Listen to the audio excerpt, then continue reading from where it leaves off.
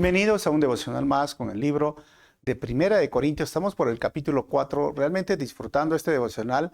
Y mira, si este devocional es de bendición para tu vida, no te olvides compartir por tus redes sociales o con tus amigos o con aquella persona que necesite escuchar este mensaje. Recuerda que es basado en el método inductivo, vamos versículo por versículo, capítulo por capítulo para terminar todo el libro. Y hoy vamos a estudiar menos palabras, más poder de Dios. Menos bla, más poder de acción. 1 Corintios capítulo 4, versículo 20, según la NTV, la Nueva Traducción Viviente, dice: pues el reino de Dios no consiste en las muchas palabras, sino en vivir por el poder de Dios. Solo un versículo. Y es un versículo realmente extenso, y hay dos cosas muy importantes que Pablo nos quiere mostrar. Recordemos que Pablo fue quien fundó esta iglesia en Corinto, una ciudad griega llena de idolatría cuando él llegó y, sobre todo, llena de muchas supersticiones, de muchos filósofos, también de muchas personas que en este momento se sentían superiores a otras personas. Siempre hubo un tipo de clasismo entre el romano y el judío y el romano, pero se infiltraron en la iglesia, una iglesia problemática, pero que tenía, mira, muchas de las manifestaciones del Espíritu Santo, pero eran niños todavía en la palabra. Así que lo primero que mencionamos, es curioso que Pablo mencione el reino de Dios. Casi nunca lo menciona en sus escritos. Los evangelios sí lo hablan, y especialmente el evangelio de Mateo. La palabra reino de Dios está en cada capítulo. El reino de Dios, el reino de Dios, el reino de Dios. ¿Por qué? Porque los judíos tenían una perspectiva del reino de Dios desde una perspectiva escatológica. Es decir, decían y creían, según la escatología del Antiguo Testamento, que cuando venga el Mesías va a establecer su reino donde reine la justicia, la paz y el amor. Y ellos creían que iba a venir como un poderoso conquistador. Pero lo que no entendían, y obviamente los profetas también lo dijeron, Zacarías 9, Zacarías 12, Zacarías 14, es que esta venida del Mesías era en dos partes. Lo primero que venía era como el siervo sufriente, para instituir, sí, su reino. Por eso Mateo dice, el reino de Dios ya está. Pero no es un reino literal, es un reino espiritual.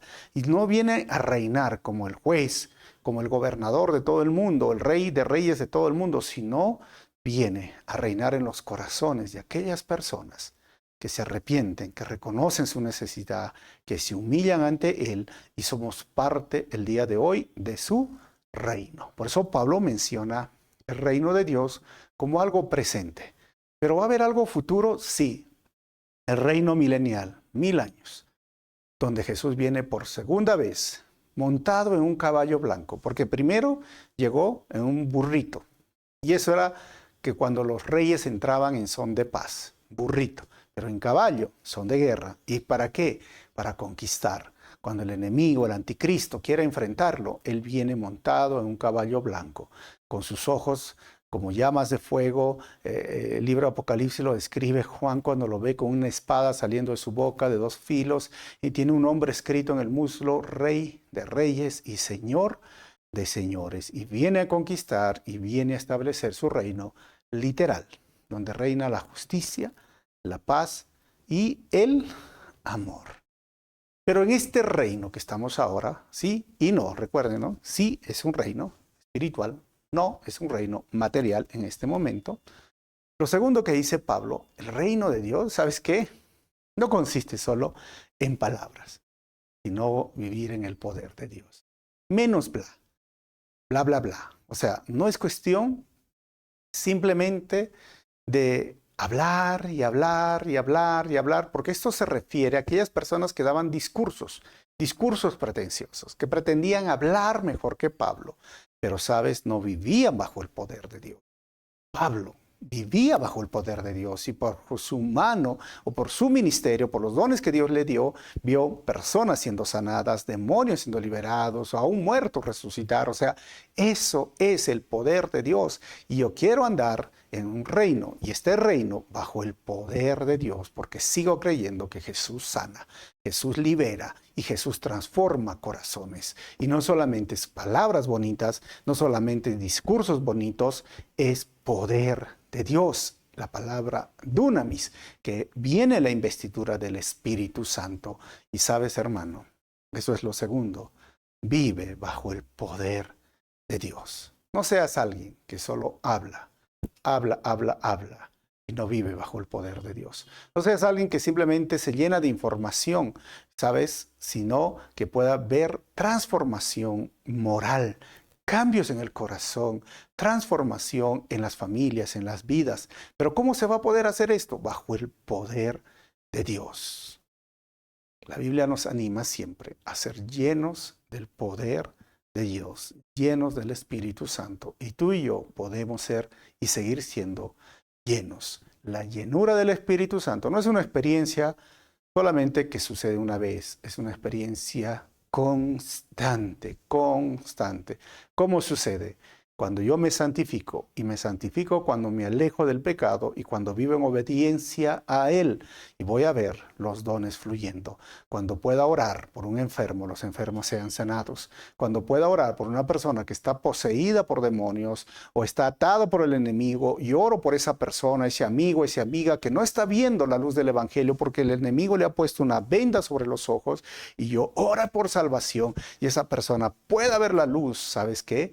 Eso es vivir en este reino del poder de Dios, donde los demonios van a temblar, como cuando miraron a Jesús y le dijeron, ¿qué tienes contra nosotros? Y él dijo, cállense y salgan de él. Muchos pretendieron hacer lo mismo. En el nombre de Jesús, dice el libro de Hechos, los hijos de una historia que ambulantes querían hacer esto y salieron, ¿sabes? Hasta sin ropa, porque el demonio los venció. Pero bajo el poder de Dios, los demonios se sujetan.